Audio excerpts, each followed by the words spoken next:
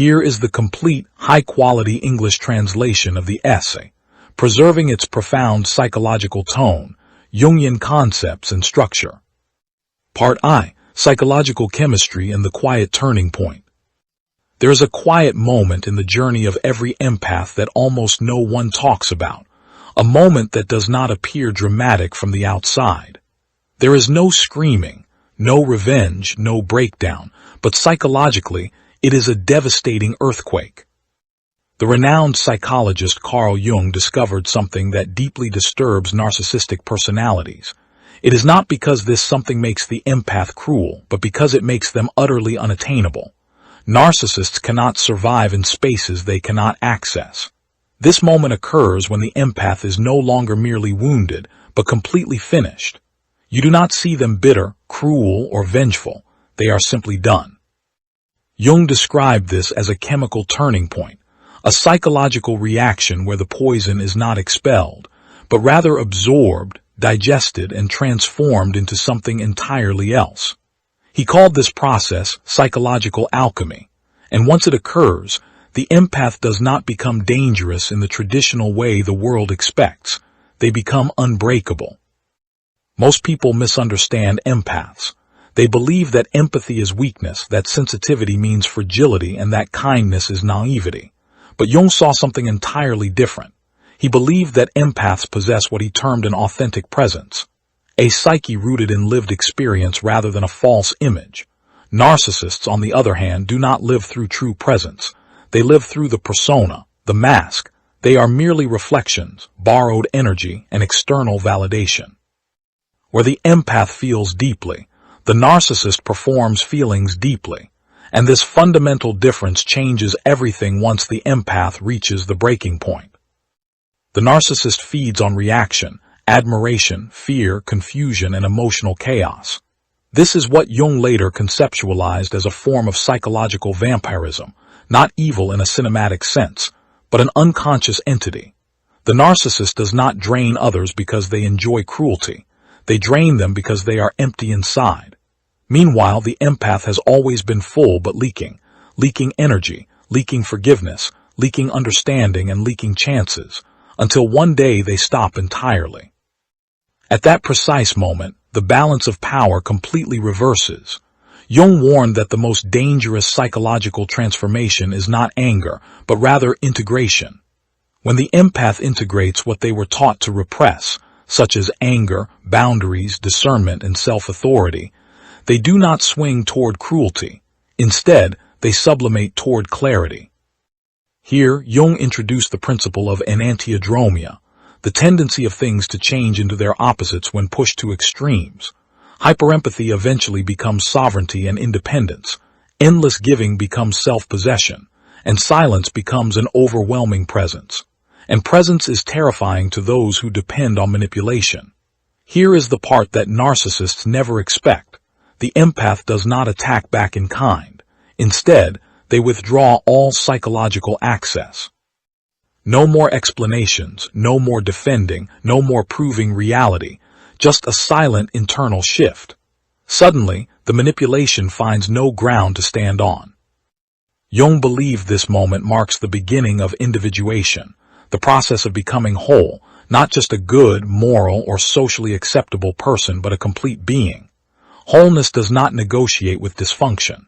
This is why a spent empath is not loud. They are as quiet as a grave. They do not expose the narcissist. They do not seek justice, and they do not need closure. They simply stop participating in the illusion, and illusion is the oxygen the narcissist breathes. Jung once wrote that the greatest burden a person can carry is the unlived life. The empath has lived too much for others, and the narcissist has lived too little within themselves. When the empath stops offering their inner world as a shelter, the narcissist is forced to face their own emptiness, and that confrontation is unbearable to them. This is the alchemical moment, the moment when suffering becomes insight, pain becomes structure, and empathy becomes a power. Not power over others, but an unshakable internal authority. From this moment onward, the empath begins to ascend through distinct psychological stages outlined by Jung long before modern psychology named them: culminating in something incredibly rare. An unmanipulatable empath. An empath who sees past masks instantly. An empath who no longer confuses love with self-erasure. In the next part, we will explore the 3 levels of empathic evolution, from the unconscious empath to the wounded awake, leading to what Jung calls the sovereign psyche.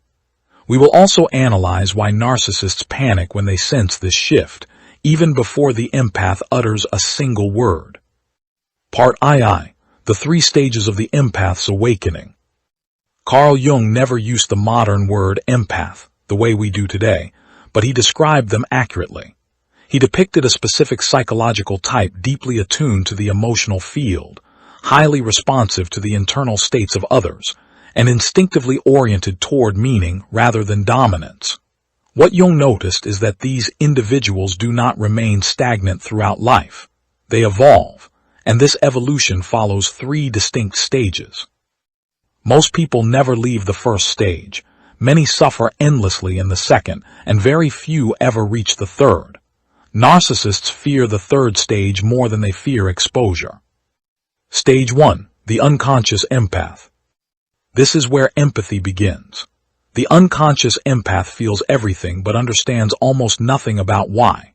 They absorb moods, internalize blame, feel responsible for others' pain, mistake emotional intensity for intimacy, confuse trauma bonding with love, and think self-sacrifice is a virtue. At this stage, empathy is porous and fragile. Boundaries do not exist because setting them feels cruel. The unconscious empath thinks, if I just love harder, explain better, and forgive more deeply, they will change. Jung would say this empath is identified with the shadow of the other, carrying what the other refuses to face. Narcissists recognize this instinctively, like a predator sensing an open nervous system. This is why narcissists are drawn to empaths so quickly. The empath mirrors, listens, and believes, but what the empath thinks is a connection is actually just a projection. The narcissist projects an idealized self. The empath projects hope, and both believe the illusion for entirely different reasons. Ultimately, however, something cracks. Empathy without a self turns into acute exhaustion, and exhaustion forces awareness, leading us to the second stage. Stage 2, the wounded awakened empath. This is the most painful stage. Here, the empath realizes, I have been giving life to something that feeds on me. Jung called this the confrontation with the shadow, not the narcissist's shadow, but the empath's own.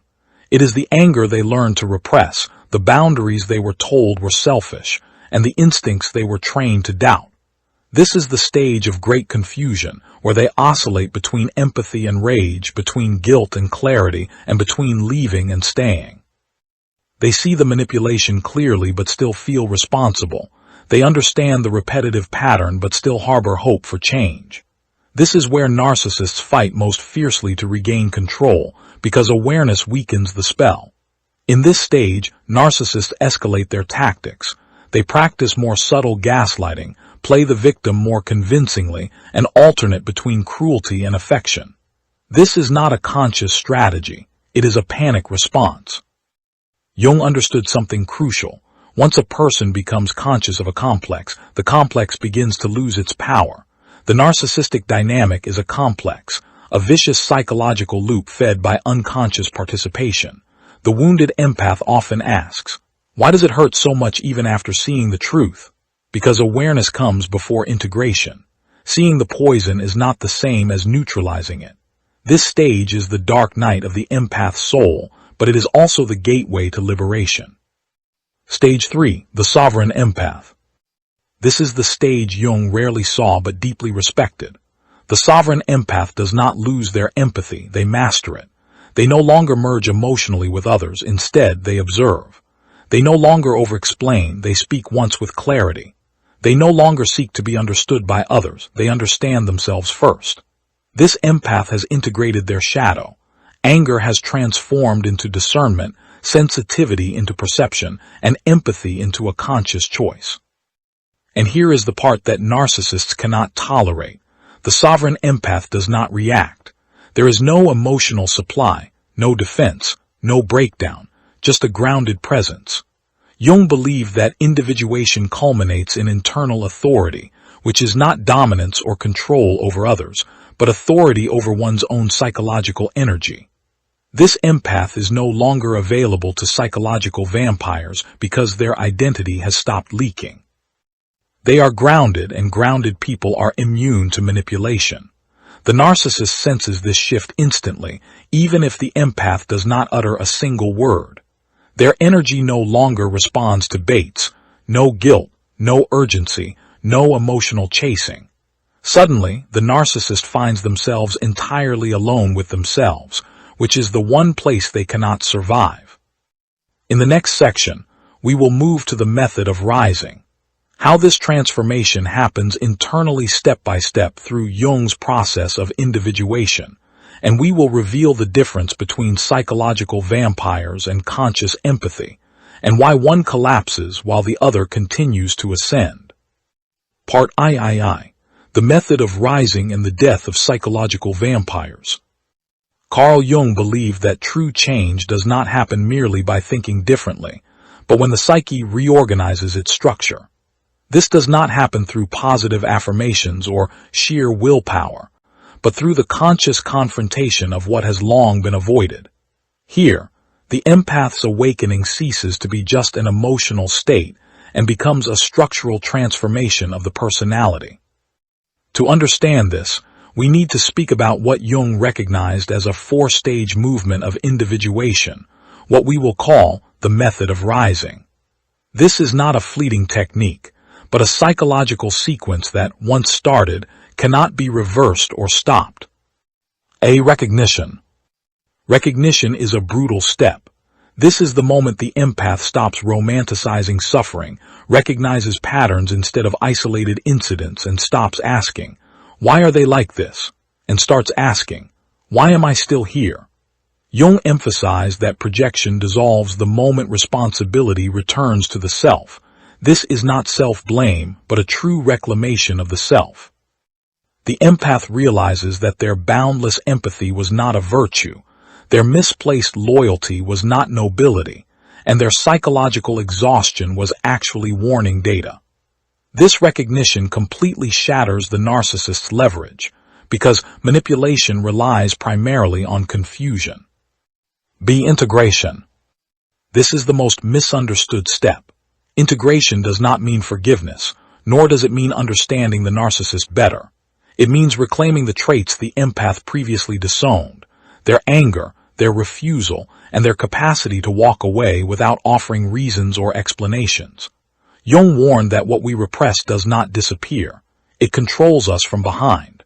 The empath who represses anger becomes compliant and submissive. The empath who integrates anger becomes discerning and assertive. Here, the empath ceases to be a morally predictable person, and predictability is the trump card narcissists rely on. At this stage, something strange happens. The empath feels less intense emotion but feels more alive, less reactive but more present because they are no longer divided against themselves. They no longer assign their shadow to others, they carry it consciously. A conscious shadow is not dangerous, it is a protective shield. See detachment.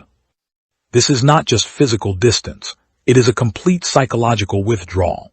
The empath stops explaining their inner world to someone determined to misunderstand it. They stop arguing with distorted reality and cease chasing accountability or apologies. Jung described this as withdrawing projections, where energy returns to its original source. When this happens, the narcissist faces something terrifying, insignificance. Not rejection, not abandonment, but total void, which is far worse. For this reason, narcissists often try frantically to provoke a reaction during this phase, whether through anger, tears, or anything else, because even negative attention maintains the cords of connection. But the empath is no longer emotionally available. It is not because they are closed off and cruel, but because they have become self-contained. De-embodiment. This is the final transformation. The empath does not just think differently, they exist in life differently. Their nervous system calms, their posture shifts, and their voice becomes grounded. They do not rush to fill the void of silence, and they trust their internal authority. Jung believed that this is when the self, and not the ego, becomes the organizing center of the psyche. From this state, manipulation simply finds no resonance or place to settle. Psychological vampires versus conscious empathy. Now we can name the difference clearly. Psychological vampires feed on reaction. Conscious empathy operates through free choice. Vampires collapse without supply. Conscious empathy requires no one's permission to exist. The sovereign empath can feel deeply without granting access to their depths. They can love without disappearing, and they can see pain without absorbing it. This is why awakened empaths become terrifying to narcissists, not because they attack them, but because they cannot be consumed. In the final section, we will explore the empath, fighters, but integrated individuals who move through the world with quiet authority. We will also answer the final question Jung left us. What happens when empathy and power finally coexist in the same psyche? Part IV, the empath warrior and the end of the mask.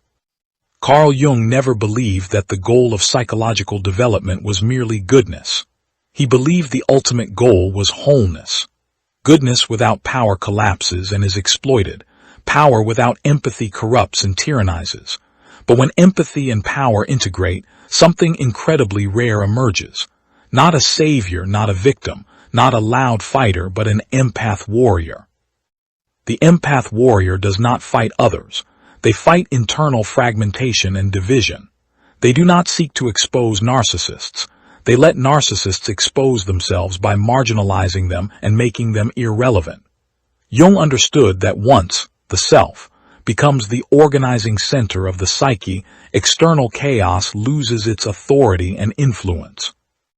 The empath warrior does not need dominance, does not need to win arguments, and does not need anyone to believe them, because their reality is validated internally. For this reason, narcissists eventually give up on awakened empaths. It is not because they were defeated in battle, but because there is nothing left to extract from them. No admiration, no guilt, no emotional turmoil, only a calm, grounded presence. And a grounded presence cannot be manipulated. The collapse of the mask. Jung believed that the persona, the mask, is necessary in the early stages of life to navigate society, but when it becomes a person's entire identity, it turns into a dark prison. Narcissists live inside their masks. They must constantly perform, they must be seen, and their existence must be validated through others. The empath warrior, by contrast, no longer needs to be seen. They are the ones who see, piercing through masks with their gaze. That calm, clear, and non-reactive gaze is unbearable to someone who feeds on illusion and falsity. This is the ultimate paradox. The empath never sought power, but power found them anyway the moment they stopped abandoning themselves. Why is a done empath truly dangerous? They are not dangerous in their behavior or aggression, but they are dangerous to dysfunctional systems, dangerous to toxic repetitive cycles, and dangerous to the absence of awareness.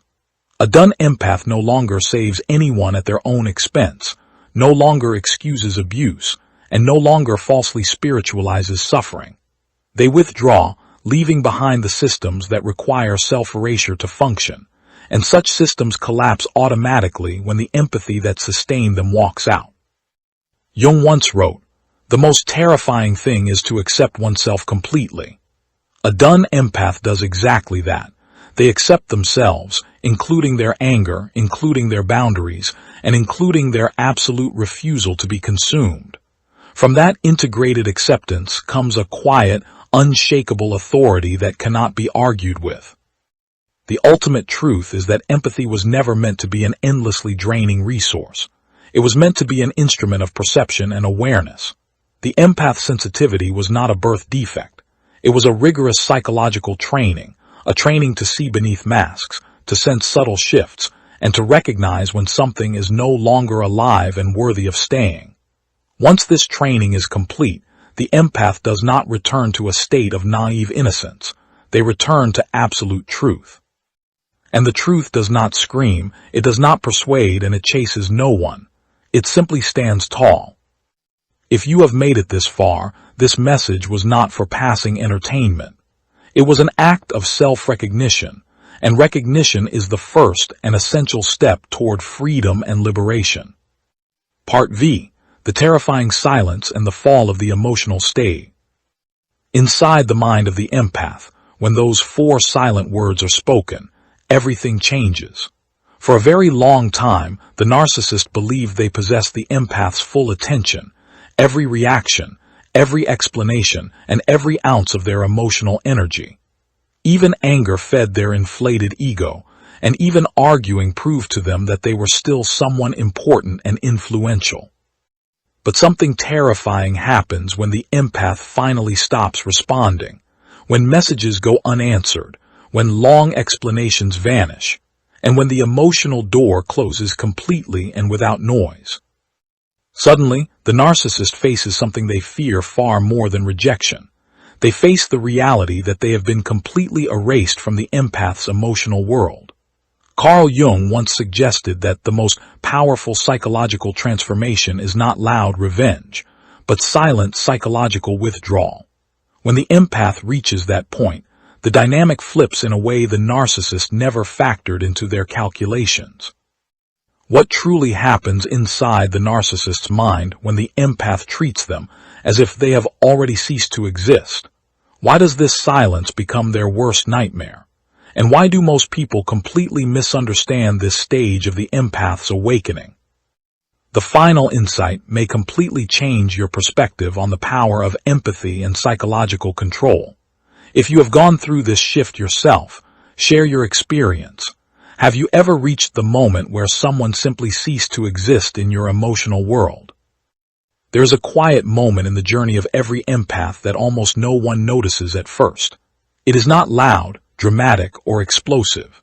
In fact, from the outside, it may look as though nothing has happened at all. But from within, something fundamental begins to radically change. For a long time, the empath was fully present emotionally in the relationship, listening, caring, trying to understand, and constantly looking for ways to fix what seemed broken. When conflict arises, the empath usually responds by asking questions, offering explanations, or putting in double the emotional effort. They try to connect, try to fix things, and try to find meaning amidst the chaos. The narcissist becomes highly accustomed to this pattern. In their mind, the empath will always respond and will never change. If provoked, the empath will defend themselves. If affection is withdrawn, the empath will chase connection, begging for it. If confusion is created, the empath will try to explain reality over and over to clear up the misunderstanding. This reaction becomes a constant source of psychological supply for the narcissist. Every emotional response proves something important to them, that they still hold leverage and power, and that they still sit at the center of the empath's emotional universe. But then, something unexpected begins to happen. The empath slowly reaches a point of total emotional exhaustion after countless cycles of misunderstanding, manipulation, guilt, and constant emotional tension. The empath begins to see the repetitive pattern that can no longer be ignored. They realize that no matter how clear and pure their communication is, the result always repeats itself in bleak darkness. The same hollow arguments return, the same emotional games appear, and the same confusion keeps resurfacing. At first, the empath might not choose to change consciously and deliberately. Instead, the shift begins quietly and serenely within them. Their mind becomes more observant, and their reactions become slower and more grounded. The emotional urgency that once drove them to fix everything begins to fade and dissolve, as if the empath is taking a step back internally and beginning to watch the entire situation from a safe, distant perspective. Then one day, the change becomes visible and clear. The narcissist says something provocative, expecting the usual reaction, but the empath does not argue. The narcissist hurls blame in a conversation, expecting the empath to defend their innocence, but the empath explains nothing. The narcissist manufactures artificial tension, expecting the empath to seek solutions, but the empath simply remains as calm and silent as a mountain. This is the silent shift. The empath has not necessarily become cold, cruel, or spiteful. They have simply stopped feeding the toxic emotional cycle that once controlled them.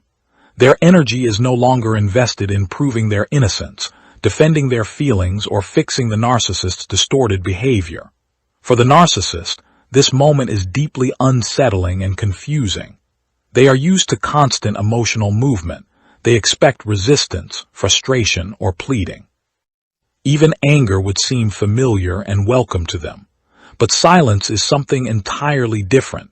Silence gives them no wall to push against and exert their power upon. When the empath stops reacting, the narcissist loses the emotional mirror that once reflected their strength and influence.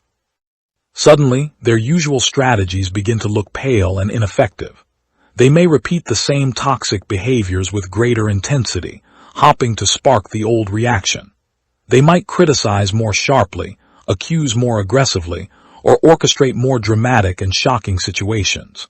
Yet, the empath's response remains calm, detached, and strangely controlled, sparking suspicion and doubt in the narcissist's mind.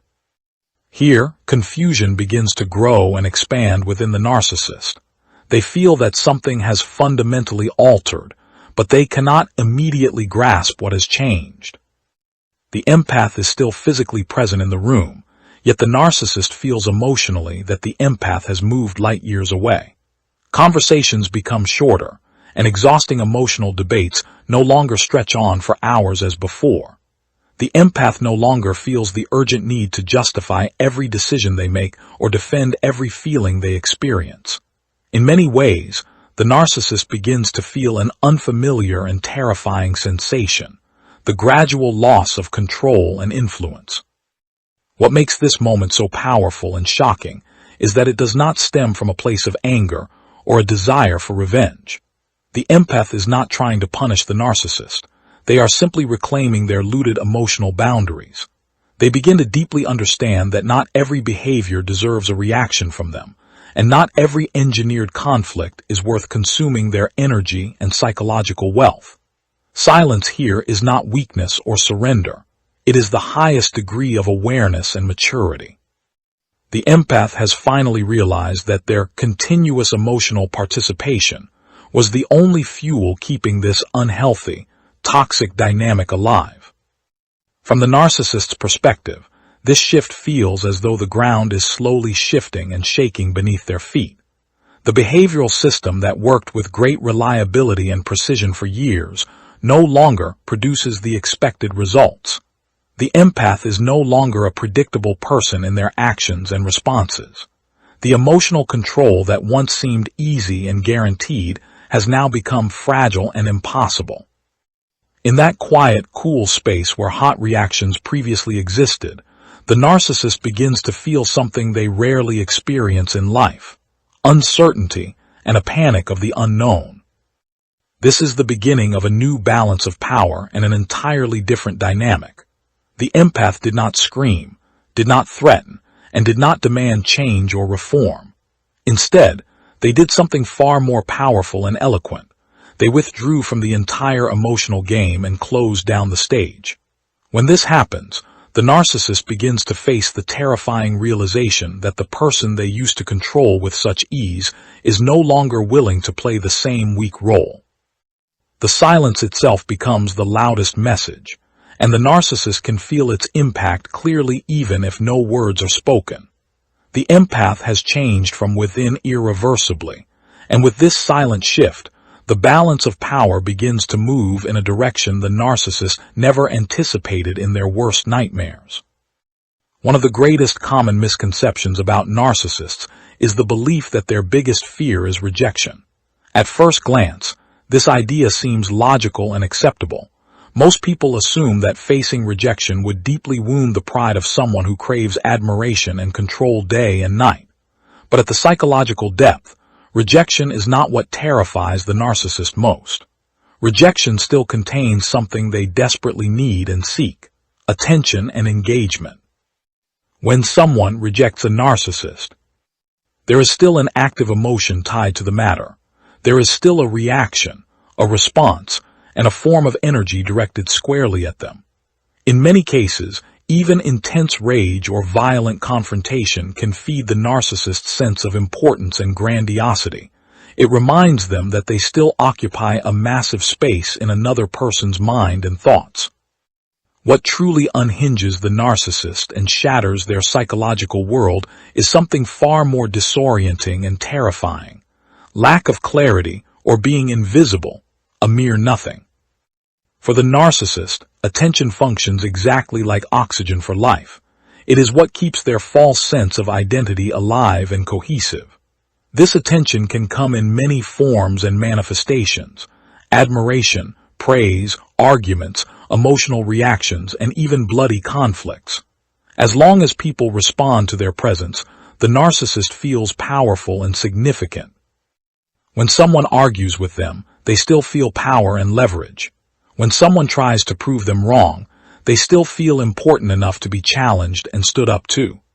Even when someone is angry or frustrated with them, the narcissist interprets that turbulent emotional energy as definitive proof that they still carry weight and importance.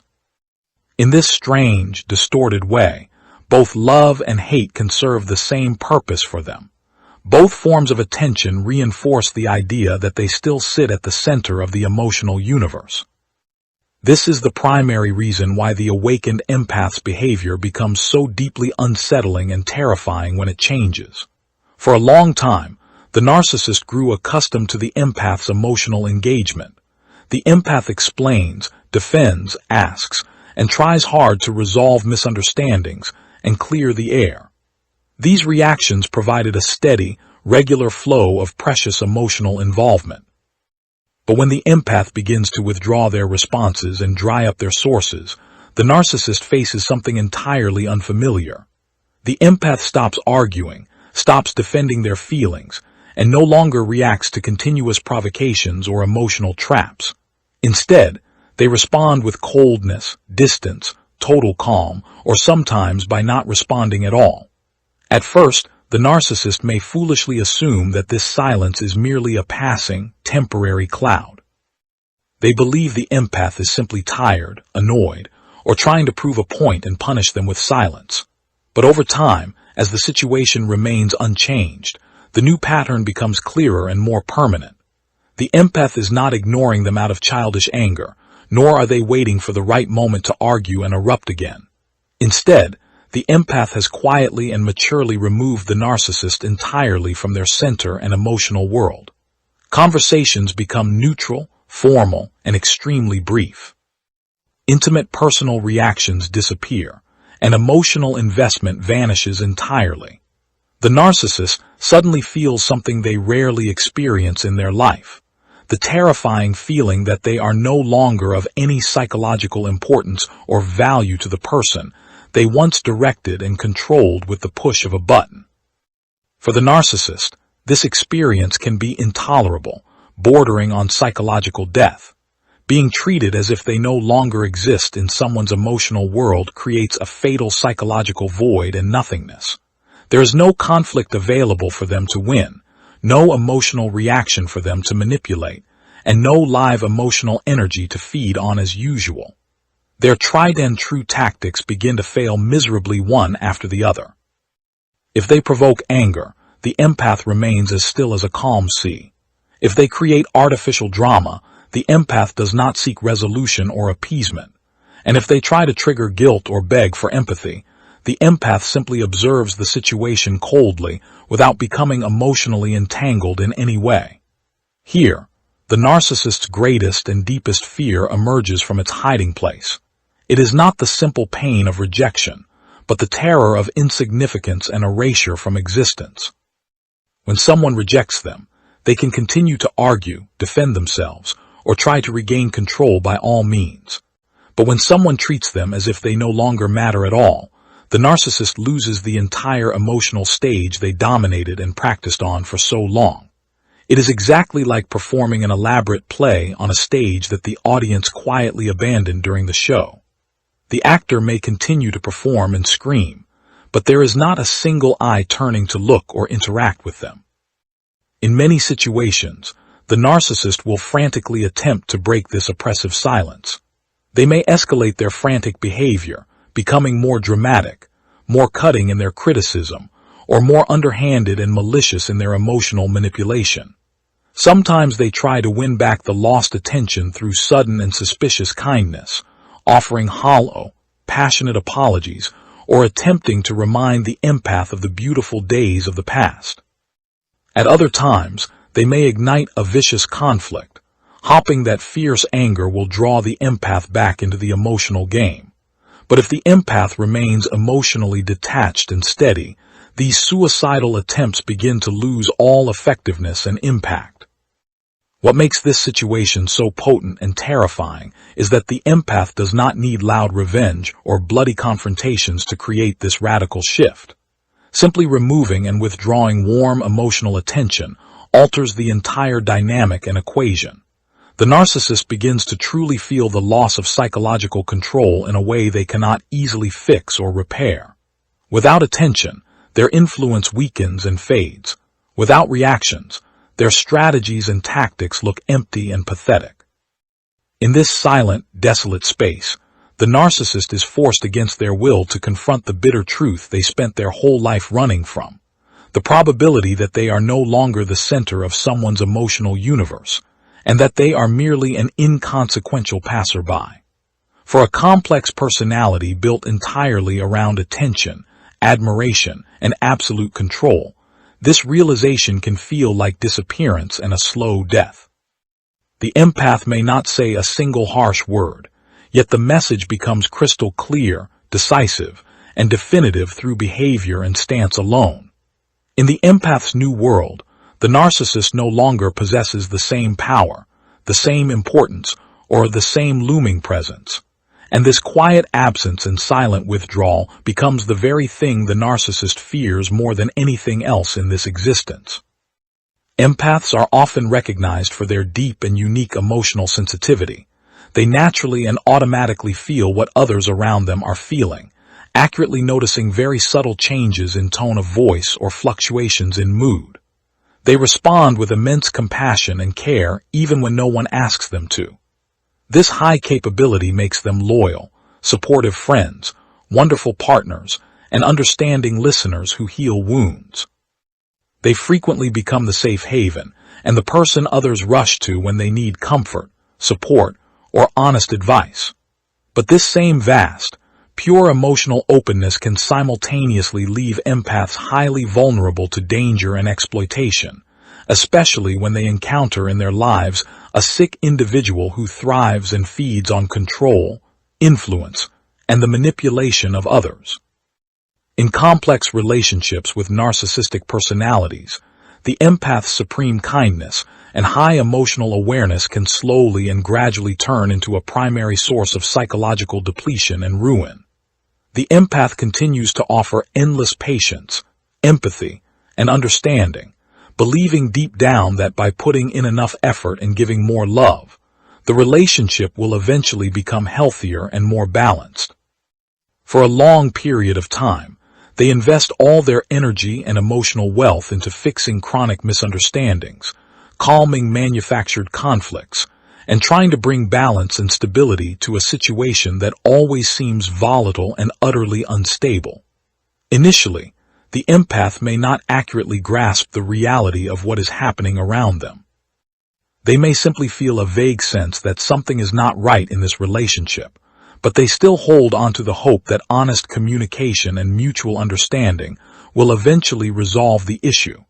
Every time tension and chaos surface, they respond with more patience and hope. When they are blamed unjustly and falsely, they try to explain themselves calmly and clear their name.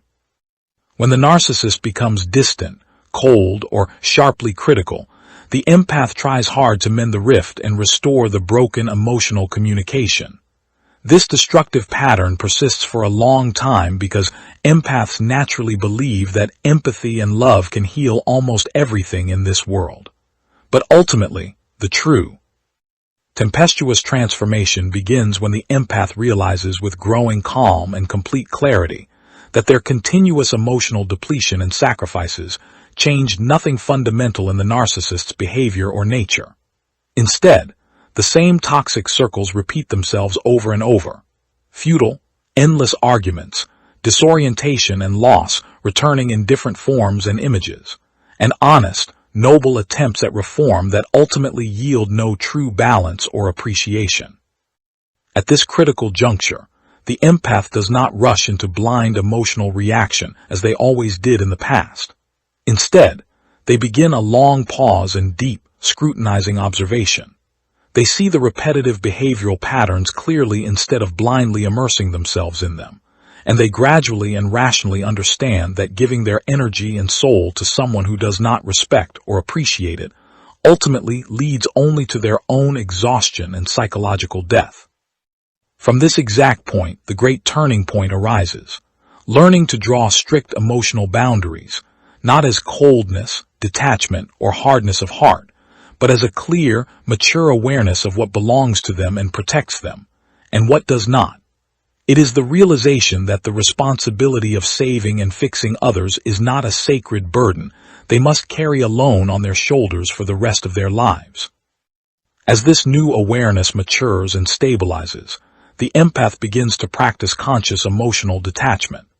This by no means signifies that they lose their innate compassion or abandon their noble humanity. It simply and firmly means that they completely stop allowing the behavior and volatility of others to dictate their psychological state and inner balance. They no longer feel required or obligated to absorb every bit of tension in the air, explain every engineered misunderstanding, or fix every catastrophic crisis the narcissist creates out of nothing. When guilt, blame, or attempts to manipulate reality appear, the empath now sees them with crystal clarity, as if watching a movie, without falling into the trap or being affected by it. When false accusations are hurled at them haphazardly, they no longer return to the cycle of continuously defending themselves and justifying their actions. Instead, they choose absolute calm and unshakable steadiness. In this new space and safe distance, the entire equation changes, because what gave the narcissist their power and dominance in the past was not truth or logic, but the charged emotional reaction they extracted from the empath. For the narcissist, this sudden behavioral shift is highly confusing and shocking to their entire being. For years, they grew accustomed to summoning predictable responses and reactions from the empath, long, grueling explanations, a frantic pursuit of reconciliation and appeasement, a panicked fear of loss and abandonment, or a desperate need and pleading for justification and acceptance. These hot responses provided them with the leverage and energy underpinning their false sense of control and grandiosity. But when the empath becomes calmer, more silent, and more aware and firm regarding their personal boundaries, all those magical tools that worked so well in the past break down. The narcissist foolishly reverts to the same tactics again, triggering feelings of guilt, practicing gaslighting, exerting emotional pressure, manufacturing drama, and provoking. However, this time they collide with a rock of calculated, solid silence, steel-hard boundaries, and a psyche that is no longer available for depletion or exploitation. Right here, they begin to experience a terrifying feeling they have never known in their entire life: total loss of control. This rapid collapse in influence and dominance is not just a passing inconvenience or a drifting cloud. It is a violent, deep psychological shock to the structure of the narcissist's personality. This is because their sense of self and existence was often built entirely upon their magical ability to impact the emotions of others and direct their emotional reactions at will. When the empath is no longer entangled or interested in the toxic game, the narcissist loses their accustomed mirror in which they viewed their own greatness. The narcissist may redouble their desperate attempts. They increase the intensity of the attack, manufacture major, catastrophic crises, offer token, theatrical apologies, or attempt to practice what is known in psychology as hovering. That is, trying to vacuum and suck the empath back by any means into the old circle of interaction and connection. Yet they gradually and bitterly discover that the energy lines they relied on have been completely severed, and that the person who willingly responded to their every move and signal no longer exists as they did. Here, the empath's majestic silence transforms into a true, honest psychological mirror that reflects back to the narcissist the ugliness of their behavior and their psychological nakedness, without any need for screaming, wailing, or accusation. It exposes to them with raw clarity the fragility of the false control they once thought was a permanent, unyielding possession. As for the empath, this conscious, organized withdrawal does not represent a defeat, a breakdown, or cheap revenge in any way. Rather, it is the true, sacred beginning of reclaiming the lost self. The more firmly they refrain from engaging in that manufactured chaos and drama, the greater their internal clarity and purity of vision become. The more steadfast their personal boundaries remain, the more their psychological peace returns to them.